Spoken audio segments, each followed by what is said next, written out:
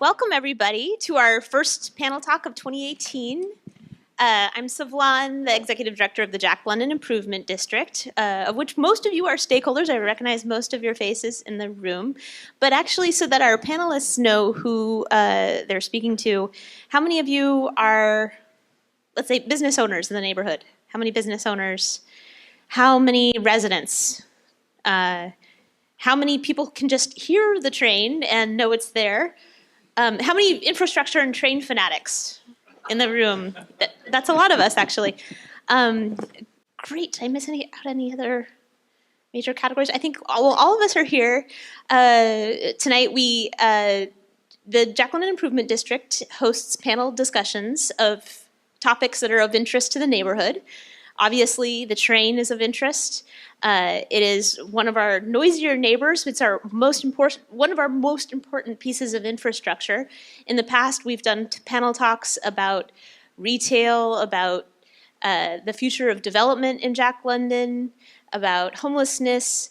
All these topics really come from you all. So let us know what you want to talk about next, and we'll bring together local experts like these guys to talk about it.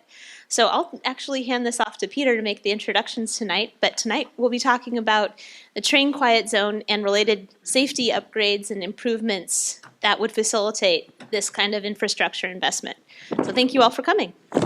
Great. Well, thank you, everybody. Pleasure to see everybody. A lot of familiar faces out there. So my name is Peter Gertler, and I'm on the board of the Jack London Improvement District. I'm actually on the executive board, too, as the secretary. But I'm also an owner and resident in the Jack London Square area. I'm a resident of the Bond. Been down here for 4 years. And just by full disclosure, I'm actually a transportation consultant, and I focus on rail. So I have a particular interest in rail. And this is kind of a good setup because there's a lot of issues around, I mean, my personal professional growth is dependent on rail. So I don't want to see them go away, but I do see an opportunity for us to work to live better together and for this to improve our quality of life down here by improving the opportunity of increasing safety, reducing the noise, but also creating a safe environment for the trains to operate. Because as you know, the trains have been here for over 100 years before a lot of us moved in here, at least all of us, in fact. And Oakland's economy is dependent upon the success of a robust and successful rail operation, both passenger and freight. So they're not going away, but the issue is how can we live better together? So helping me tonight on the panel are two experts. We had a third expert who was from the Capitol Corridor, which is part of the passenger service trains that run between Sacramento and San Jose, but unfortunately he wasn't able to join us tonight at the last minute. That was Joel Cox. But we still have two great panelists tonight and experts who will join us, who will add to the conversation. First is somebody that I've known for several years, is John Litzinger, all the way on my right. And John has over 30 years of experience in design of public and private civil infrastructure, including rail. John has been very involved on Caltrain Corridor, which is the commuter rail that goes between San Jose and San Francisco. But he's also has been involved, and we've worked very closely together on the California High-Speed Rail program. He's currently the lead design manager on that section between San Francisco and Merced that's designing the new high-speed rail in that area. Also joining us tonight is Michael Jones, who's a principal and founder of Alta Design.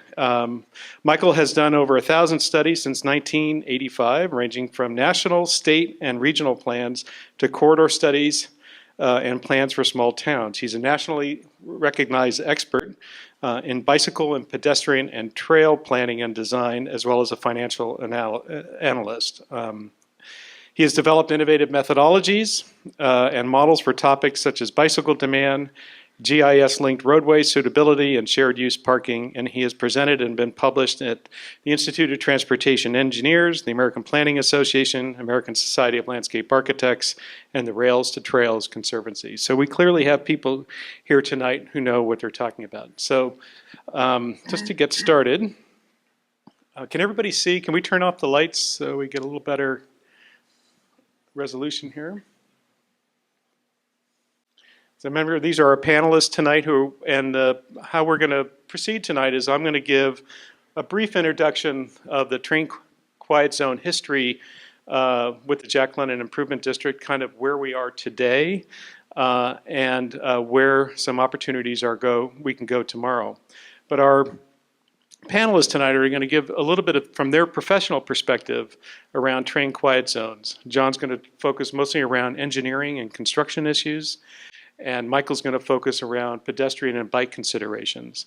It's about 6:30. We're going to go to 7:30, so I hope to have 30 minutes, 20 to 30 minutes of presentation, but leave substantive time for us to get into a discussion, questions and answers, and to have an open dialogue around that, because I think there's a lot of questions and concerns and interests around the train quiet zone. So this is not really about talking heads, but it's really an opportunity for us, the Jack London Improvement District Board, to hear back from the community.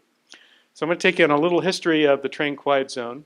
First of all, what is a train quiet zone? And this is an actually federally regulated improvement. And as defined, the federal train quiet zone is defined by the Federal Railroad Administration, which is the federal agency overseeing railroads in the United States, for a section of railroad where trains have been granted relief.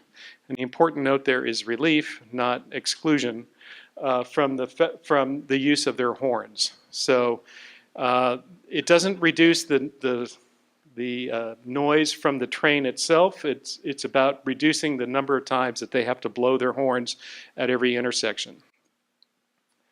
So what a train quiet zone includes is physical improvements to the intersection itself, where the trains and the vehicles interact, but also operating changes to the actual operating railroad.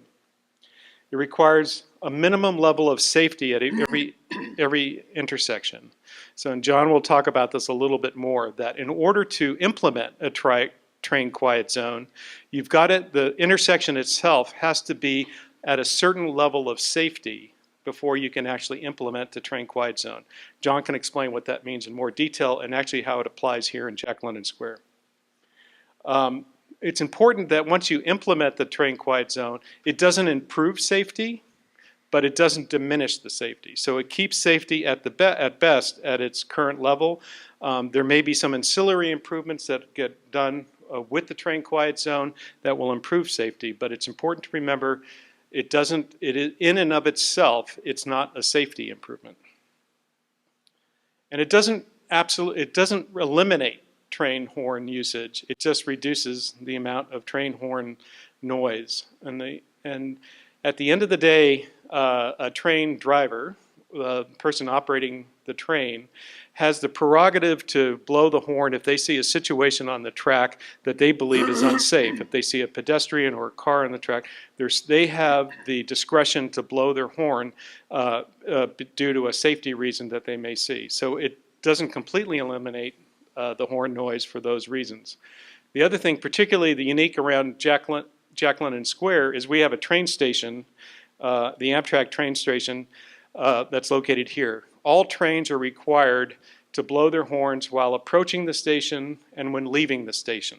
So those horn blows will not go away as a result of the train quiet zone. And then finally, this is kind of an important note, is that the city, as regulated by the Federal Railroad Administration, the city has to be the lead agency for the implementation of a train quiet zone. That means the city has to champion the project. They may not have to fund it 100%, but they have to be the champion for leading the study, for coordinating and implementing the improvements, and for outreaching to all the stakeholders involved to get agreement to do that. So in 2011, another consulting firm for the city had done a train quiet zone study.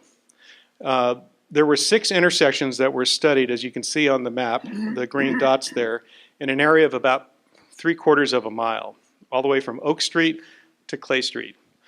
So because of the density of the number of intersections in this 3/4 of a mile, it's almost like a continuous horn blow from Clay Street all the way to Oak Street. because they're blowing their horn through every intersection. And you can, as we all know, we can hear them for miles away, but it's actually almost like a continuous horn blow. It's been estimated at that time in 2011, and this has grown, that there's over 60 trains a day that operate in the corridor. That includes passenger trains as well as freight trains. Train speeds operate anywhere between 15 to 25 miles per hour. They can go slower. I probably should say up to 25 miles per hour in the corridor. At all the different intersections, there were, at the time, this is in 2011, 500 to 7,000 vehicle crossings per day. That number's probably gone up. Between 1999 and 2009, there were 11 train accidents and there were 2 fatalities. And as we know, last year there was serious injuries when 2 members of Tower of Power were crossing the tracks going to perform at Yoshi's, and they were hit by a train.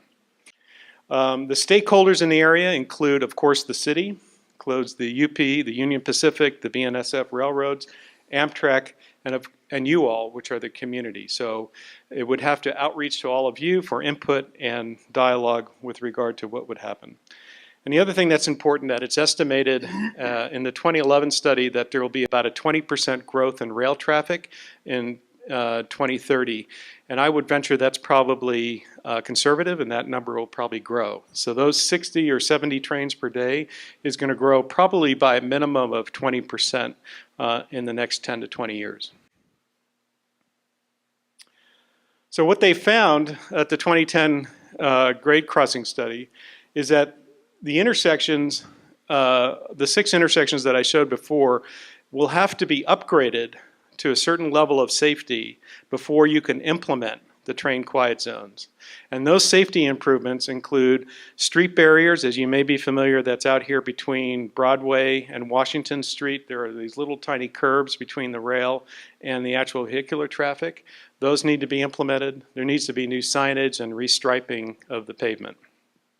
But what they did find was that if you made those safety upgrades, you were able to put in train quiet zones, which in effect would be changing what is the existing gate, which is a single barrier that comes down, to something that's called a quad gate, shown down in the photograph below.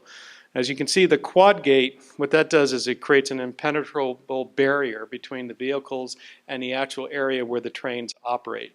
And under the existing condition, where there's a single arm that comes down, as we've known, and I think many of us have seen, vehicles can bypass that, and that's where train accidents happen.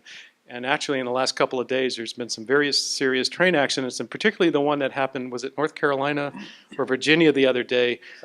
South Carolina. There was a dump truck that was in the middle of an intersection, and what it probably did is it jumped a gate. So that, at the end of the day, that's probably not going to be an Amtrak issue. That was probably an issue with the driver trying to jump the gate and try to jump the train crossing zone. The improvements also identified that there would need to reconfigure some of the intersections between Oak and Clay Street, and there would have to be new railroad signaling that would have to be implemented for the railroads to operate correctly. It was estimated that this would cost about $11.2 million, and that was in 2009 dollars. So just as an example of what the study determined, this is Oak Street and Franklin Street. You can see the 2 red lines here, which is the quad gates on either side, which creates an impenetrable barrier for vehicles, not necessarily for passengers or for pedestrians or bicycles, because they can still get around. But the quad gates are really about protecting vehicles from getting into the intersections. And then the yellow lines indicate other barriers and other various improvements around here. So this is what the 2011 study came up with. At the 6 intersections identified, again, that was for about $11.5 million would require to make those improvements. An option for not putting in quad gates is, this was also identified in the 2011 grade crossing study, was something what they call wayside horns. And the idea here is that you don't have to put in the quad gates to do this, but you put in these automatic horns that are not on the train. Currently, the horns are on the train. They're located very high up. They're on top of the cab. So when they blow, they have a very large range upon which the noise impact travels. The idea around the wayside horns is that they're highly directed. And as you can see all the way on the right is sort of the noise impact. On the top one is what comes from the train. The bottom one is what comes from wayside horns. You can see it's a much dramatically reduced noise impact. However, there's some issues associated with this, is that these are automatic train horns, meaning that every train that goes by, that horn goes off.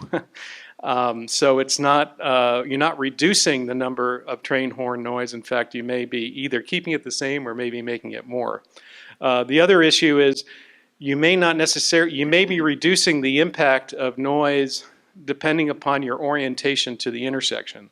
So if you're facing north-south right now in the corridor, you're getting maximum impact today in the existing conditions because the trains are traveling north and south. You're probably getting maximum impact of the noise. With the train wayside horns, those would be oriented differently towards the cars, so that if you're on an east-west axis, you're probably going to get more of the impact, and the people on a north-south impact are going to get less impact. So it may, in the end of the day, impact as many people. But it requires more study, but it's a definitely cheaper option than doing the quad gates. And a little history of what we've done. Back in 2015, several of us on the Jack London Improvement District, we did a Kickstarter campaign, or a crowdsource funding campaign, where you may have run into us at the farmers market and around the neighborhood, where we tried to create a campaign to collect money to do additional studies to add on to the 2011 study that I just discussed. We raised about $8,000 through community participation. And that's a very strong message to our political leaders and decision makers, that the community is willing to put their money into these improvements. So that's very important. I just want you to know that at the Jack London Improvement District, we've created a single line item for that. We haven't touched that money. And part of today's meeting is to come back to you to find out, get input from you about how you would like us to spend that money. So. We also looked at expanding the scope of the improvements, looking at there's a third track issue. I'll get into that. We added 2 additional intersections at Jefferson Street and at MLK Street. We met with the city and stakeholders to see if there was any interest in the city taking this on. They showed marginal interest, to be honest with you, given the other priorities that are happening in the city, but we'll talk about that later. I don't want to get too much in the weeds around that. We did mobilize a response. We sent a letter to the FRA about our comments about the train quiet zone regulations, and we're providing ongoing community information and support. So this is just to tell you that we've raised $8,000. We're good stewards of your money, that we haven't spent it. We're looking for the right input and direction from you about how we should spend it and what we should do with it. And then we've also looked at expanding the study to do other things. So one of the things that we did is we wanted to expand it from just the train quiet zone to creating a safer environment in the Jack London area. So we looked at 2 things. First is, should we go forward with doing quiet zones, we thought we would take the opportunity of also improving the safety in the area. One of it is, you may know, on the very western edge of where the rail tracks are, there's actually a 3rd track that is abandoned. This is at the intersection of Webster and Embarcadero, and as you can see, it just dead ends. They've just pulled the tracks out of there. So this whole alignment between Webster Street, and I think it goes all the way to MLK, is abandoned. And it's just excess right-of-way, that there's nothing operating on that right-of-way. So we identified that as an opportunity. It's also shown here as an opportunity where there's additional right-of-way, additional space that we could create different channelization of traffic. We can create a different type of environment that could be safer for both pedestrians and bikes. The other component is these are diagrams of two of probably the most complex intersections, or the problematic intersections in the corridor. This is Oak Street, and that's Webster Street. Those green arrows show the current movements that happen today, which is there's all four, there are right-hand turns, straightaways, left-hand turns, and so forth. That's happening. But it's not a 90, the intersection is laid out in a skew in some cases. There's bad signage, there's bad striping on the roadways. There's there's like bad fencing. It's a very complicated intersection, and as many of us know, there have been many of incidents where we've estimated both on Oak Street and on Webster Street, particularly us in the bond. I would say about once a month, we've noticed that a car that's mostly making a left turn from Embarcadero heading eastbound on Webster Street. Or in fact, I think what it is it's the cars that are heading southbound on Embarcadero get mixed up and try to go straight, and they end up on the tracks. So we've estimated that that's happened about once a month, that a car ends up on a track. It's not really a safety situation because you're not doing it while a train is coming through. But what happens is when a train ends up on the tracks, they have to shut down the railway. They have to call the Oakland police. They have to come. A tow truck has to come and pull the car off the track. The Union Pacific has to come out and inspect the track to make sure that the track hasn't been damaged before they can open up the train again. So it's a major issue, and it's a major cost for the railroad, and it affects their operations. So we think these are areas that could be improved and would be a benefit to the Union Pacific Railway as well, or to all the train traffic in there, because it would make more reliable and safe operations for them. So that's really my presentation, just to give you a context of where we are and what we're thinking about. And with that, I think I'll hand it off to John, who'll talk a little bit from an engineering and design perspective. All right, Peter, thanks. It's a pleasure to be here tonight and to hear about this topic, and to what we'll hear from you all as to what your interests are and concerns. So as we heard through the presentation there, that a quiet zone starts with a safety rating. And the FRA has what's called a train quiet zone calculator, that it's an online website. It starts to populate the car traffic, if there's been any incidents, fatalities, etc., what types of safety improvements are in place. So you can get a sense of what a scoring would be for a particular intersection, or when you group several intersections together, as you have here, then you come to an overall score. And then from that, then there's kind of an automatic, it's either safe enough to qualify as a quiet zone, or you can try different safety improvements, adding, curbs or channelization to keep cars from going from, a northbound lane, swinging over onto the yellow stripes that have the northbound tracks. If a car is parked there, letting people out, somebody swerves around it at the mid-block, they might not know if a train's coming, from behind them or not. So there are different things to change the scoring to try to get a lower score at a particular crossing or group of crossings. And then that will, once you pass that threshold or are below that threshold for safety and risk, so you're lowering risk of the train operators, increasing safety at the same time. Once you're at that spot, then you can apply, or the city can apply, to have a quiet zone.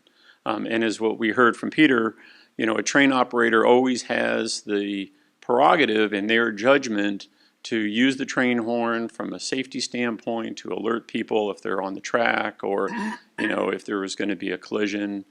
So it doesn't eliminate the train horns from being operated, but it certainly would reduce the incidents or opportunities when that could happen.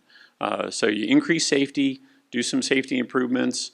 As you look out in that area, if you channelize people to go with the street crossings instead of kind of, wherever they want to go, that would reduce the opportunities and kind of focus the locations where a car, a train, or a pedestrian train incident may occur. So that's kind of the first step. And then there are, a series of field meetings that happens with the PUC and with FRA that goes and establishes if we did this type of improvement. So every, then you can come to a conclusion. And every intersection can be treated differently. You might have a different set of improvements at Oak Street, and then you get up towards Webster and Clay, might be something less. And if you collect all of the spots together, all the intersections together, you might have a higher score, meaning less safe, higher risk at one intersection, and that could be offset by safer intersections that have lower risk. So those can be grouped together in a quiet zone to be able to have something that could be achieved. So, and then implementation from that, there's a design period, and then there's a construction period, and then once that is done, then it's kind of certified that everything's in place. Then the application for once the safety improvements are there, then the application for the quiet zone is submitted, and once that is approved, and then the train operators then have their operating rules that then they would follow as they would approach that quiet zone. So that's a little bit on kind of the implementation parts and perspective on it. And it starts with safety, and then once you have safety there, then you can layer on the quiet zone.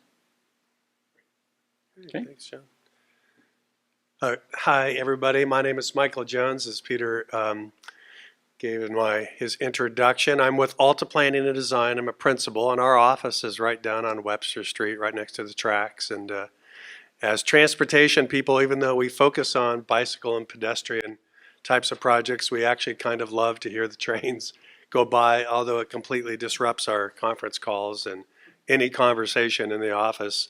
And it's remarkably frequent.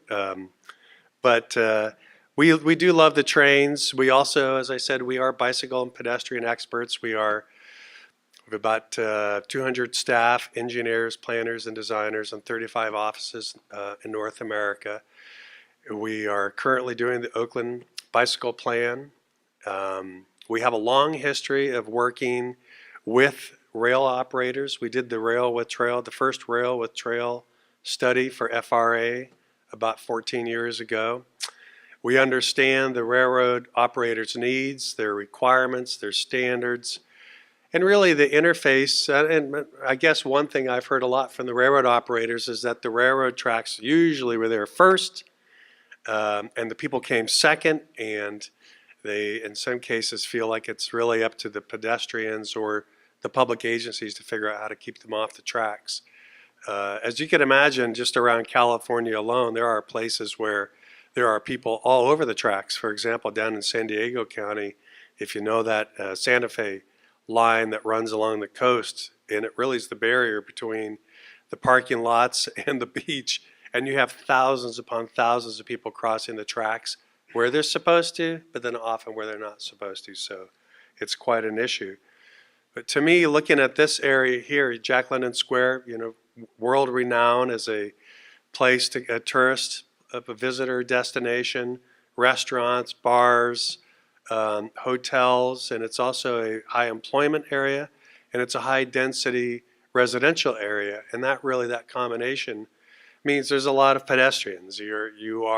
It's one of Oakland's main pedestrian areas. You're encouraging people to walk here. You're inviting them to come here and walk. And the same with bikes. This, I believe, is the Bay Trail, and it's also the Embarcadero is one of the main bicycle thoroughfares in the city. So you really have an unusual, and maybe you could say unfortunate, mix of bicycle, pedestrians, cars, and trains all in one spot. Maybe it's what makes the area so unique. I think, I haven't done any sort of formal analysis, just having worked locally and observed the right-of-way. A couple of things I noted were, number one, that it doesn't appear that the crossings are ADA compliant to me, and I don't know if that's because the rubberized flange has been worn out, but there should be, for ADA compliance, a relatively smooth crossing at crosswalks. There's no ped gates. It's a very odd setup because of the way the tracks are in the street. The pedestrians don't really, the gates don't really control the pedestrian crosswalks. In other words, they stop the vehicles, but for the most part, the crosswalks have no barrier whatsoever. And I think for some people, particularly visitors unfamiliar, but this is an active corridor, I think that could be, a reason they continue to walk out in the street. There's the old third track, as you mentioned, which to me isn't really a big deal except for the bicyclists down by Webster where they're running parallel to the tracks. So it's a safety hazard when bikes get near obliquely to tracks. They're very slippery, particularly when it's wet. I think the dual threat of two active main lines is really an issue. And when the trains are stopped because pedestrians get antsy, maybe they've had something to drink and they could either climb through the train. Maybe they're not aware that there's another train coming. I think in that accident that happened recently, that was a case where they thought the freight train passed and they thought they could cross and they were hit by an Amtrak train. You have the mid-block crossing. You don't really have a barrier, and people, I'm sure, cross wherever they want to. If they all of a sudden want to go across the street, there's no fence. There's nothing to stop people from crossing pretty much anywhere, which is an issue. I think as Peter mentioned, traffic delineation is not great. I think that's why people end up on the tracks. It's a very wide crossing. It's a bit confusing where you turn. The striping is not great. And so as I understand it, the quiet zone improvements really are not intended to improve pedestrian safety. They are there to maintain the same level of pedestrian safety, but just with less noise. But it seems to me that with the improvements, that if you were to make improvements to the crossings with the quiet zones, you'd want to look at enhancing the pedestrian and bicycle safety. To me, that would be a basic thing that would help everybody, the residents, the business owners, and certainly the visitors. And that might include, for example, ped gates. And there are some areas where there's actually a little gate that comes down over the crosswalk. In fact, where a Class 1 bike path crosses at active tracks, there's a small version of the warning gates that come down. I know it's not possible to have trains stopping out here because of there's so much traffic, but that's obviously, there has to be some way to warn people not to cross when there's trains that are stopped on the tracks. Remove the old tracks, possibly some sort of mid-block low barrier, maybe even a low curb that delineates that track area different from the roadway. I think that would help pedestrians and cyclists and motorists. Because right now, I think visually it looks like it's all one, just quickly, if you're new, it looks like it's all one surface. And for example, a lot of light rail systems will have a slight curved area where the tracks are above the pavement. They offer a very good visual clue.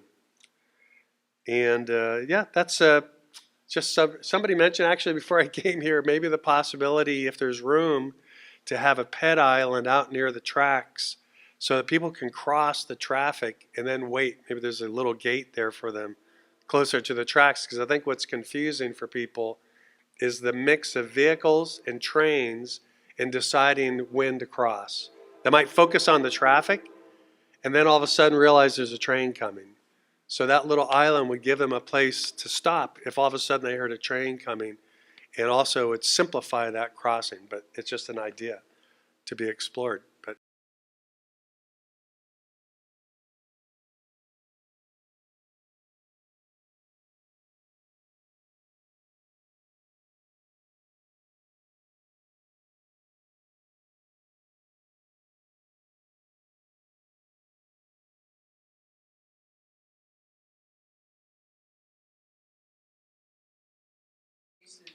We love the trains.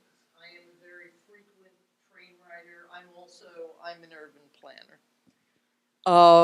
So I've got a couple of questions based on our observations from living there. We have seen cars turn onto the tracks because the lighting is very poor. Right. We heard someone shouting one night and looked out the window, and there was and they turned from Market Street onto the tracks, thinking that it was a roadway, in part because the lighting is really bad and because of inadequate signage. Fortunately, there was an Oakland police sitting at the end of Market. He called Amtrak. They stopped the Coast Starlight, and they eventually came and towed the car off. We also saw the police chase someone across at Brush Street and went down, and there was a guy flat on his stomach. He had driven his car onto the tracks, and the cops had him down in cuffs. Since then, one of the things they've done, which I think might help at some other intersections, is we convinced, with the help of Joe DeVries from the city administrator's office, we convinced Union Pacific to put a barricade at the end of Brush Street. And I've got to say, the Phoenix is actually, we are in an area that's zoned industrial. It's a work-live building. It's one of the first that was built in the Jack London district, and we're actually located between Castro and Brush. So we are west of the train quiet zone that is even the expanded zone, but we would benefit from it. So one of the things that I think we might do is look at which intersections might benefit from having barricades if the street actually dead ends.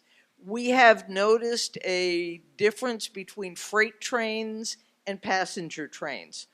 There are, and of course the passenger trains don't run at night. We know pretty much exactly when the freight trains are going through. There's that 4 a.m. Always can count on the 4 a.m.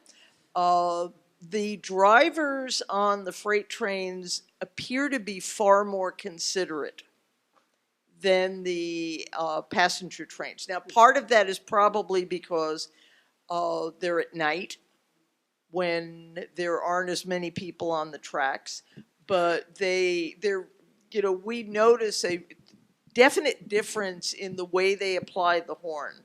So another thing would be, how do we get the message to Amtrak to recognize the fact that there are people living here? Another point, signage by the crossings telling people to look both ways. Your mother told you to look both ways before you cross the street. You should definitely look both ways before you cross the tracks. I actually know somebody who was killed on the train. That was probably the 2009 fatality, who apparently looked one way and didn't notice, and right outside was when Barnes & Noble used to be there. So I think signage would help. We do have the issue with extra tracks, and in addition to the train noise, I'd love to see us do something about the fact that we have freight trains. BNSF will pull off on the siding and they will run their engines. They emit a tremendous amount of diesel fumes, and they make an awful lot of noise. I work out of my unit and experience the same thing that Michael does. It's awful when you're trying to have a phone call. But So what Vivian, can we, we need to give what a can we chance for do other people. about that?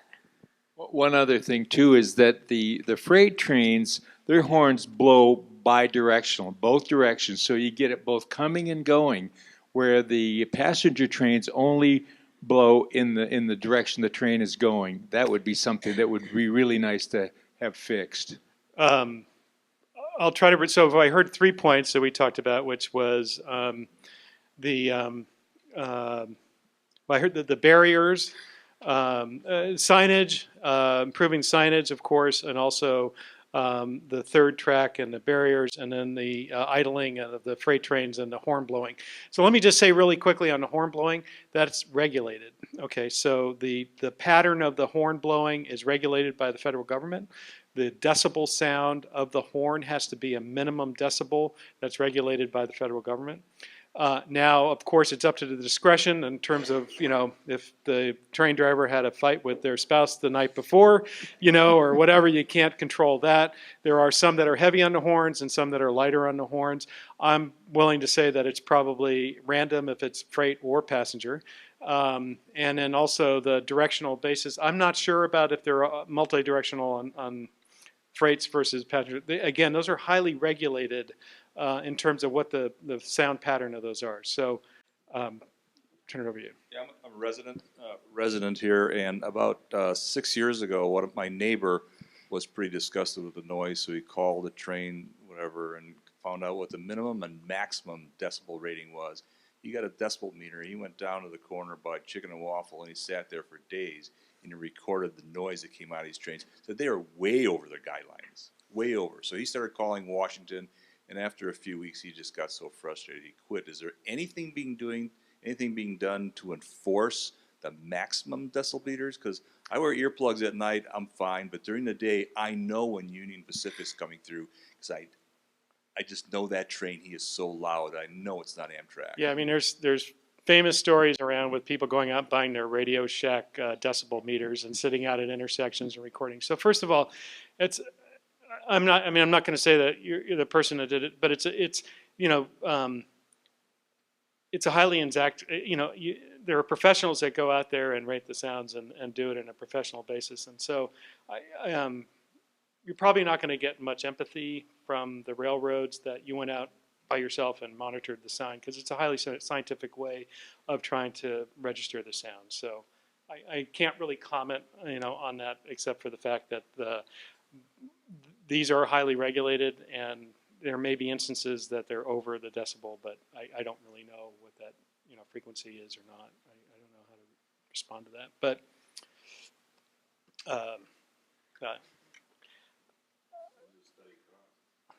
well, I mean, that is something we can do to, it's part of the $8,000 that we have to study. Let's park that. One idea is that, do we want to measure the sound impact in the neighborhood and determine if it's over and above? I don't know, John, or? I think we all agree they're all very different. So if they were so exact and all the same and so on. It also has to do with like the height, where they're actually located on the train, what your position is to the sound at that moment of time. So there's all sorts of variables, but. Plus just the buildings, they might be echoing off the buildings more. I'd be curious to see what the exact measurement, location, and situation is. And Yes. Yeah. Correct. Yeah, on the under, it's at least 110 decibels. So I would think from a from a train operator standpoint, they're going to want to make sure that they are at least at the minimum. So if there is an incident, then it's investigated. If they found that their train horns were, it was quieter than that, not at that minimum range, then they would have liability potentially. So I would say it's, although I'm not a railroad maintenance person, that's probably on their regular, 24-day, 72-day, whatever their regular maintenance cycle is, that it would be something that is checked. So. Hi, I'm Michael. I live in the Ellington, and fairly new resident here, but I used to live at Grand and Webster, and you can still hear the trains up there too. I have two things. One is I would like to second some of the signage comments. In London and places like even San Francisco and North Beach, where there are people come from other places, where people drive on other sides of the road, it says look for traffic and points in the arrow. If you had signs on the sidewalk that said look for trains as you're about to cross the tracks, that might really kind of wake people up a little bit if they're from the pedestrian perspective. The second issue is I have a coworker who works in Ames, Iowa. It's a small college town. They have the wayside horns there. He said they work incredibly well. It is amazing how loud it is for you if you're in a car and you're at the crossing right there. You know that there's a train coming. But if you're not right in the crossing, it's much softer than actually having the train blow its horn. Right. So if we could do like a pilot or something like that, that would be great. Good point. I'm watching people as they put their hands up. So we have this young lady and then Gail, and I think I've got a couple others in this neighborhood, but I'll get to you as in the order that I see your hand go up. So. Hi, I'm Catherine Metzger. I live in the Sierra, and I live in the top floor. And I've spent a lot of time at home. I'm a writer, and also started doing real estate recently, which is really eye-opening to the number of people who are concerned, like me, about the train. And for me, it's both safety and the noise. First of all, I was excited about coming in this just because of the noise, because my sleep has been interrupted so much. I used to live out at Ocean Beach up till 2 years ago, and I've had the hardest time getting used to. We've had to keep our windows closed. I do all sorts of things. It's really difficult. And the whole thing about, I hope that, I don't know what I can do, but whatever I can do to get a study going on, I would like to be some force here. So I don't know what it takes. I don't have a lot of money, and he was asking how much money it would take to do these studies. I definitely think I have a dog who responds to some whistles, and there's one whistle at night, the one that she's talking about at 4 a.m. I thought that one is the absolute worst. Sometimes my partner never wakes up. That's about the only one he ever wakes up. And I guess maybe it's a different train driver sometime. Here we go. And what I was going to say is it's possible they're regulating the decibels, but are they regulating the, like you said, the height or the kind of horn? Because it sounds like there's this one train that sounds as though it's got multiple horns. And it's like the train from hell. And when it comes, it doesn't stop. I can hear it so far away, and it just keeps going and going and going.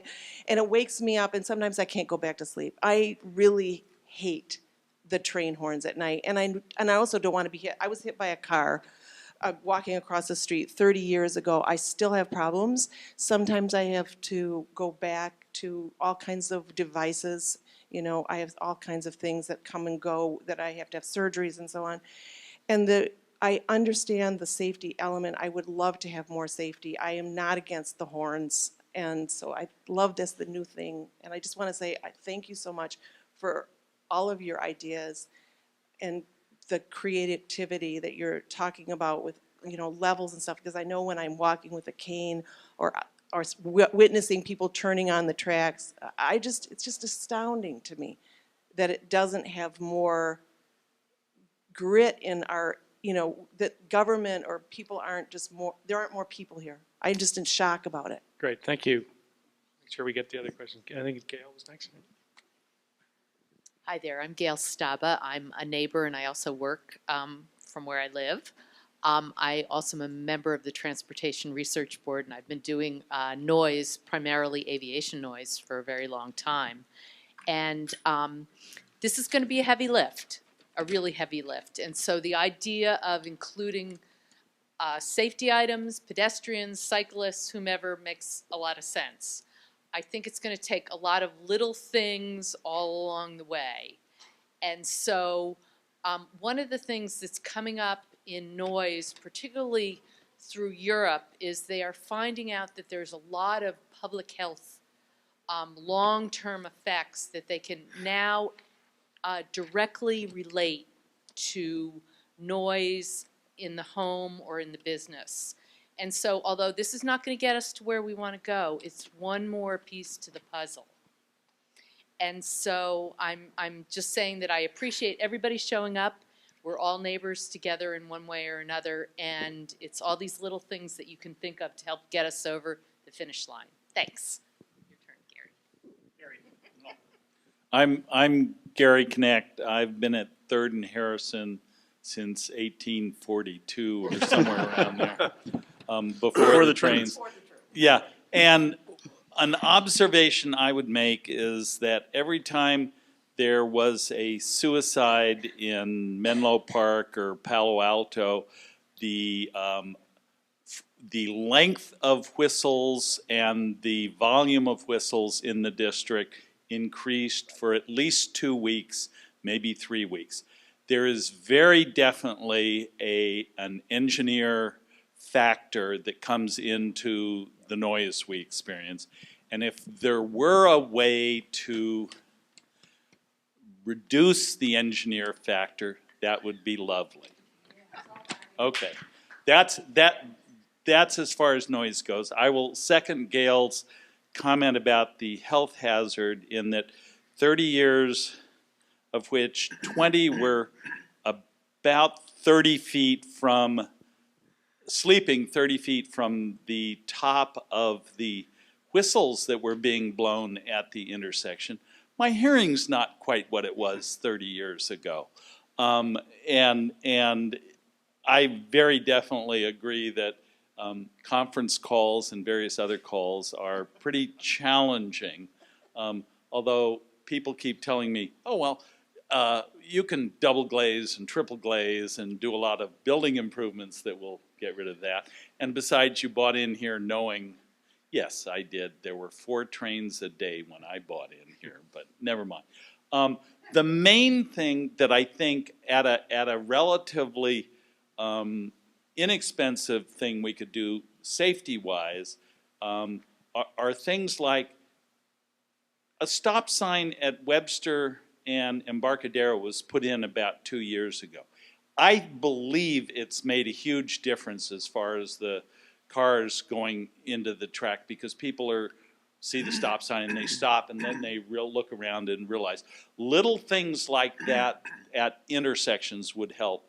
And I also believe that the bollards or whatever you call those red things on both sides of Broadway on either side of the tracks where you're separating the cars from the trains should be done for the entire corridor. I don't know who paid for them. Do you have any idea who paid for them? I do not.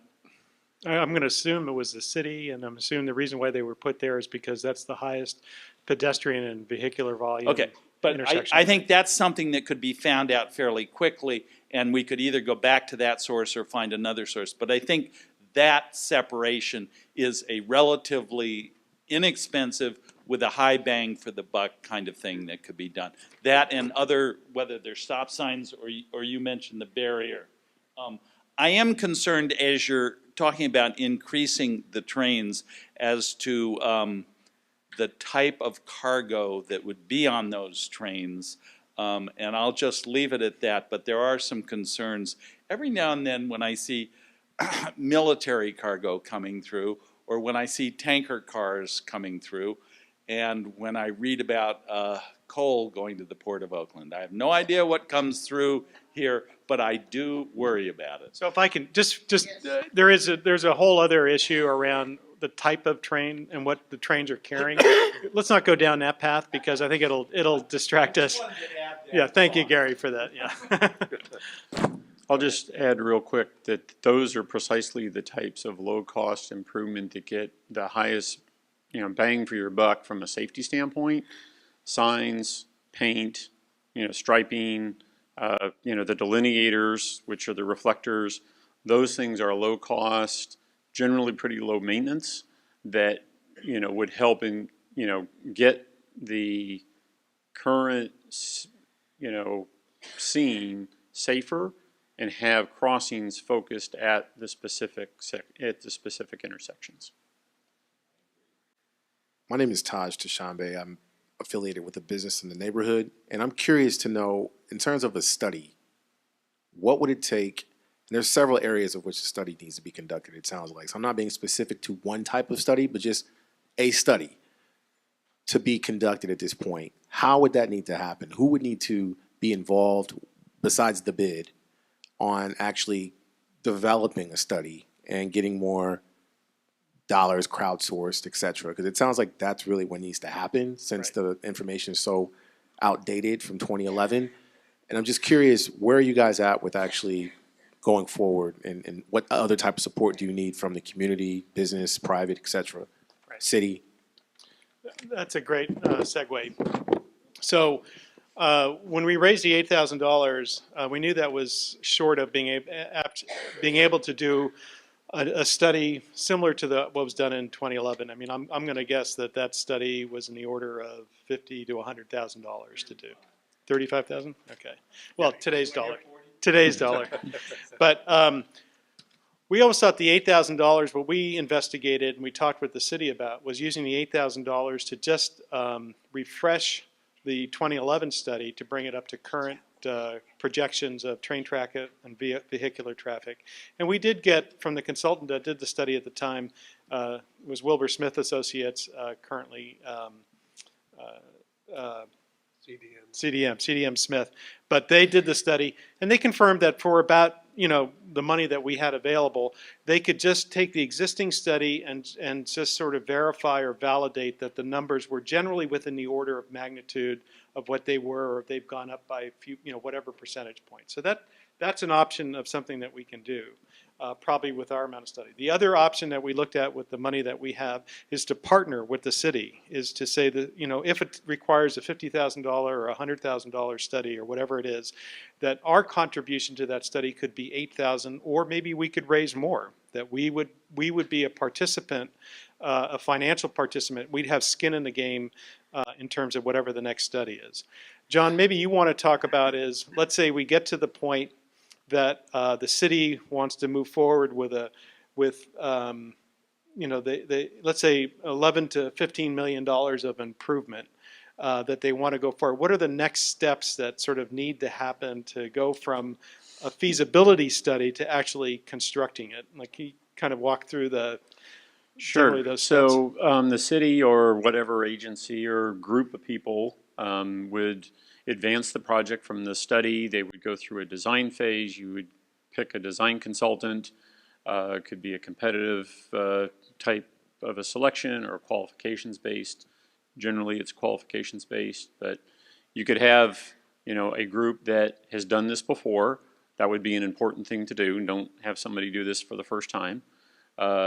But then go through that using the current data. So the point that was made about refreshing and updating some outdated information, traffic counts, etc. That would be an important thing. Is if you go to the next step, refresh the numbers, refresh traffic counts, etc., then follow it along. Because if it goes 4 or 5 years, then it becomes stale. You have to do that step all over again. So get to the point when you think you're ready to kind of keep pushing it, and then it goes through a design phase. Could take anywhere from 9 months or so, maybe a year maximum for these types of improvements. And then it goes through a bid phase that the city or whatever group that is putting this out for construction would get a low bidder that is qualified, and then construction time is probably a year, depending on what the types of improvements are. If you're talking paint and delineators and signs, that's much quicker, much shorter time period from design through implementation, through construction. If you get into crossing gates, whether it's adding the exit gates to make a quad gate, because there's 2 gates out there right now that prevent cars from going in, or if you're adding ped gates that would be small gates, just more of as a warning for pedestrians. Obviously, a pedestrian can walk around them or dip underneath them, but it's there as a reminder that, oh, there's a train coming, it's not safe to cross. Those types of improvements could take longer. So maybe allow 6 months to a year for a design phase once a particular solution is selected, and then anywhere from 6 months to a year for construction.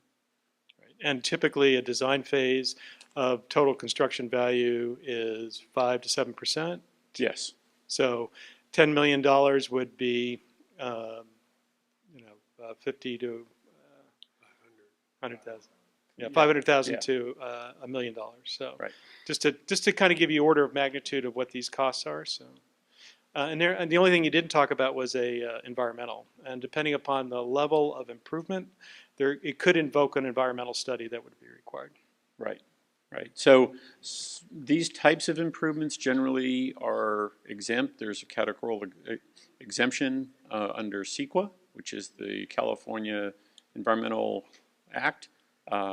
So these types of improvements may have just a very streamlined version of any environmental approval that would be needed. Yeah, just so maybe I could put it out of my mind. I saw a reference in next door. I live, Bob Fearman, I live at Portobello, so I'm right at the foot of Oak Street. So I hear certainly plenty going on there.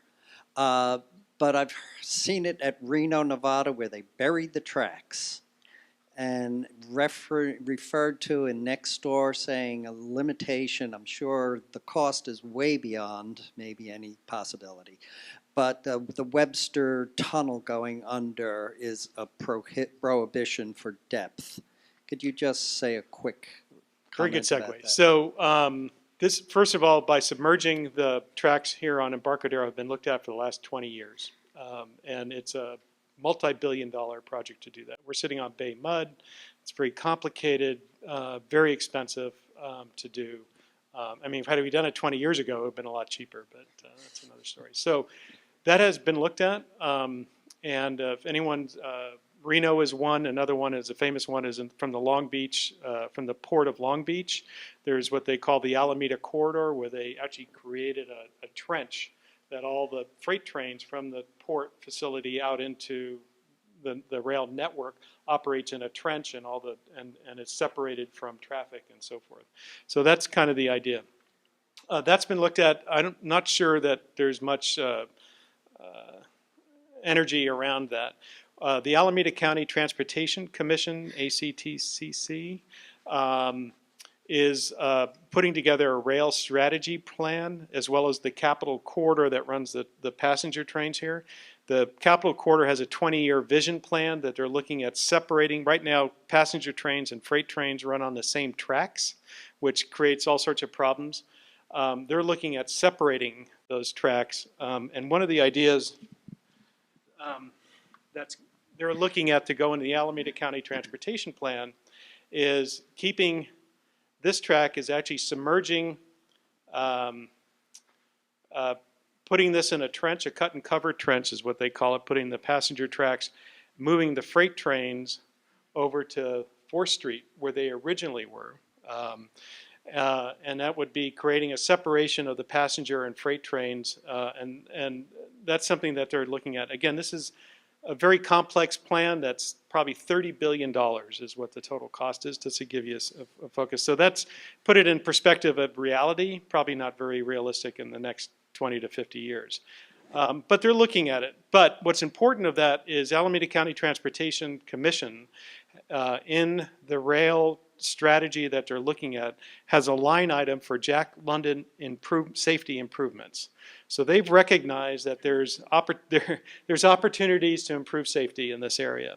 So us as a community have an opportunity to voice our concerns, submit letters, to show up at hearings, to do what we need to do to support that there's some improvement or some investment of improvements of creating improved safety in this corridor, and perhaps also including the train quiet zones. So that process is underway right now, and I think we'll be notified over time about being able to attend hearings, submit letters of comments or questions and so forth to participate in that process. That's just Capital Corridor? So Capital Corridor has their own plan, which is a 30-year plan of separating freight and passenger service. This is Alameda County. And an Alameda County Transportation Commission is currently doing a rail strategy, which is looking at and has included only a line item. It doesn't say what it is, and it doesn't have a number associated with it, but it's not $30 billion, I can tell you that much. So. Okay. Okay. Next, actually. Sorry. Oh, I'm sorry. I'm sorry. Sorry. So I just want to clarify. Even if you do the train quiet zone, the trains are still going to honk every time they go in and out of the station, Yes. correct? Yes. So people who live next to the train station are still going to get the noise of the trains in and out every time a train goes in and out of that station. Just want to clarify that. No matter what you do with the Correct. As long as the train station quiet is zone. at that location. One of the options that I think is being looked at in some of the rail strategy is relocating the Amtrak station Right. It wasn't. to Howard Street Terminal. There's other options. I don't know how realistic that is, so I don't Right. want to give anybody Right, any but false I want hopes. to make this clear for another point. So you can raise all this money for this plan, and it's not going to change the end result. That's my point. The second point is that even if you raise the money for a study, then you've got to get the city on board to fund this other part of it to actually do it. The odds of that are very low because the city doesn't have the money. So I'm just putting this out there as a realistic thing. So everyone here who's upset about the train noise, I want you to be realistic about the odds of getting it fixed. Instead of continuing to complain about it, you're going to have to embrace it because it's at least 20 years away from being fixed. So that's fine, but I'm asking people to be realistic about it instead of continuing to whine about it on a daily basis. I'm glad we're doing other things to fix it in terms of signage and fixing safety issues. I'm all for fixing safety issues and seeing less people die. But I also think we have a lot of other money to fix other things that could be money better bang for the buck. Is Valid what I guess point. I'm saying. Absolutely valid point. I was just going to mention, I believe there are federal grants that are available for these kind of projects, or state grants for Federal- crossing improvements, for safety improvements. Not to say it's easy, but it is possible to apply for some of that money. Other cities have done that. Peter, just a clarification. I recall having a conversation around making an arrangement with Amtrak that it would allow the trains not to blow their horn at the station, actually. I don't thought think so. there's some provision that other stations have made. Nope. No? I don't think so. Okay. Yeah, I'll see check into where my that, but source was. I don't believe that's I the remember, case. yeah, anyway, when we were talking about No. Ken, I think he was.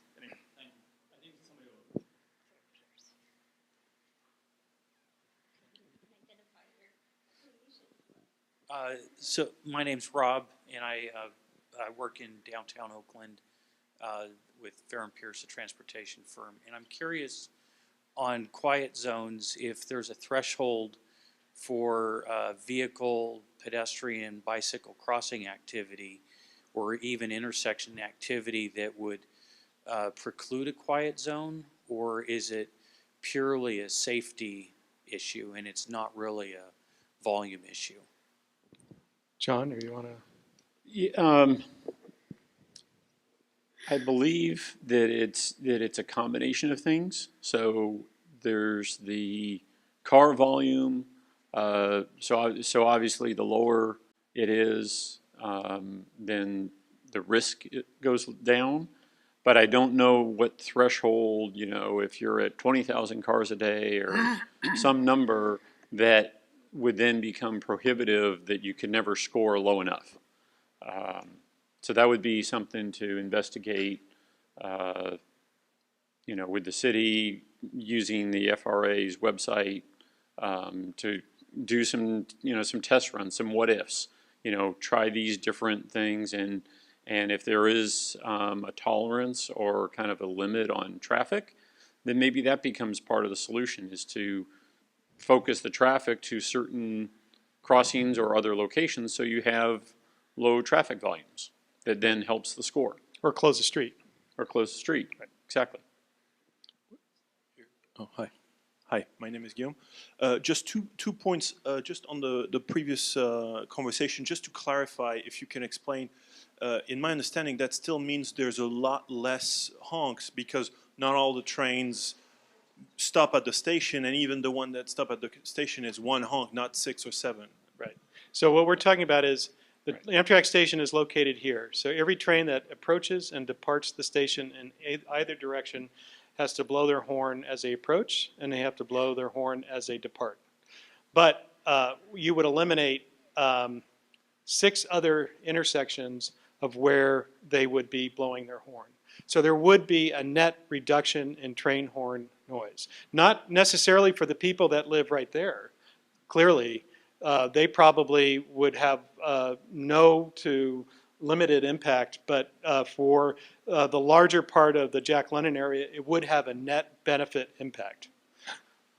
And what's the percentage of trains that stop at the station? Do we know approximately? Of the 65, 70 plus or minus trains that operate here per day, 12 of them are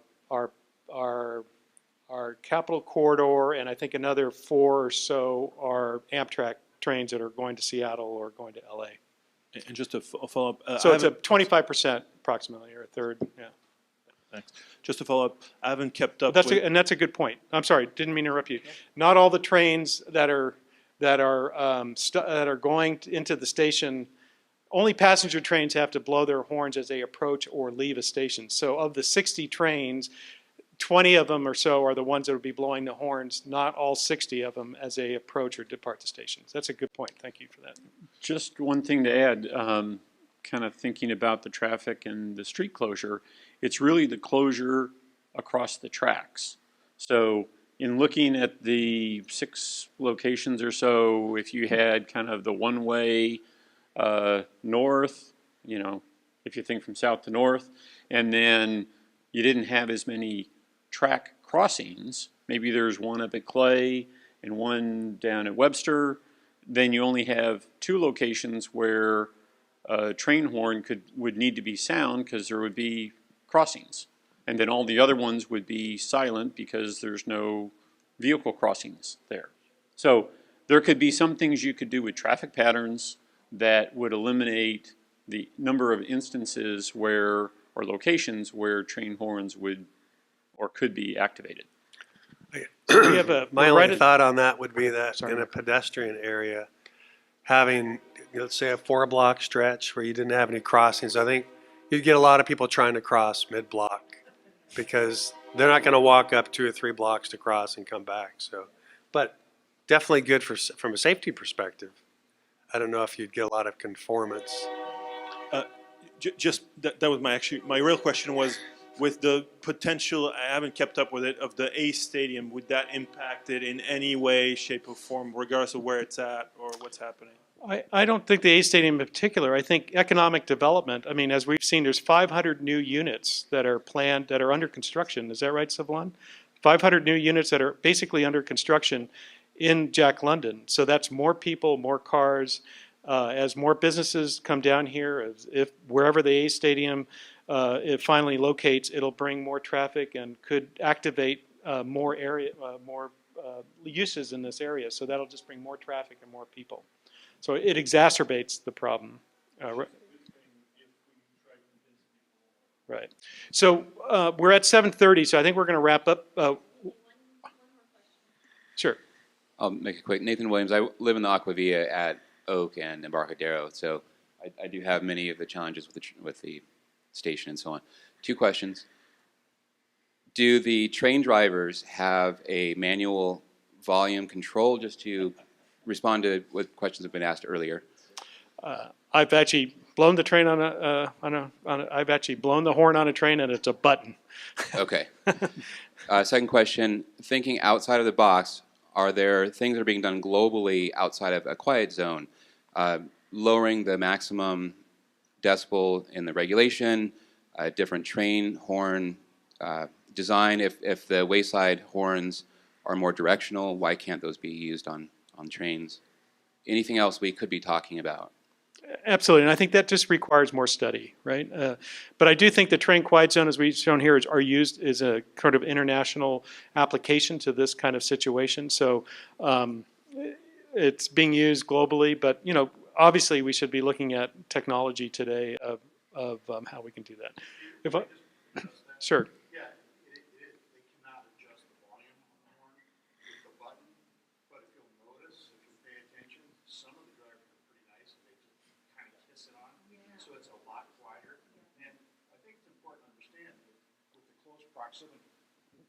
Thanks. With the close proximity of these crossings, they're legally required to honk the horn continuously. So it's not the long, long, short, long that you have at isolated crossings. It's continuous. So when you hear somebody who's not doing that, they're kind of giving us a break. So yeah, and a little trivia here, you can actually tell the difference between the freight train horn and the Amtrak horn. They're two different horns, and the Amtrak one is a little more screechy. I don't know if you've noticed that, but they are directional. They point along the track. So it's not like a 360-degree horn. So just thought I'd throw that out there. Great. And if I could just wrap this up, and I think we'll stick around for a little bit if anybody has any additional questions, but if I can just wrap this up. So this is obviously going to actually implement and execute the full train quiet zone. We're 11 million, 15 million, 20 million, 30 billion, whatever it's going to cost. It'll require lots of different funding sources, right? And as we know, we're still struggling with an infrastructure bill in the federal government. I'm not sure where we're going to get that, but we know the city of Oakland can't afford it. We know the state is a potential participant, the federal government is a potential participant, but also private industry is a private private partnerships are a potential participant. And I think this is a good application for public-private partnerships because by improving the quality of life in Jack London Square, both for commercial, for residential, and for visitors, will attract greater economic growth and activity. We'll see it reflected in the values of our homes. We'll see it reflected in the quality of the life that we live here. So I do think that there is a private interest in improving the quality of life in this area. So I don't think it's only public funds that can be used to pay for this improvement, but some sort of creative, innovative way of private partnerships as well. So I'll just end it on that positive note, and we'll stick around for a few minutes to answer any additional questions. Thank you very much.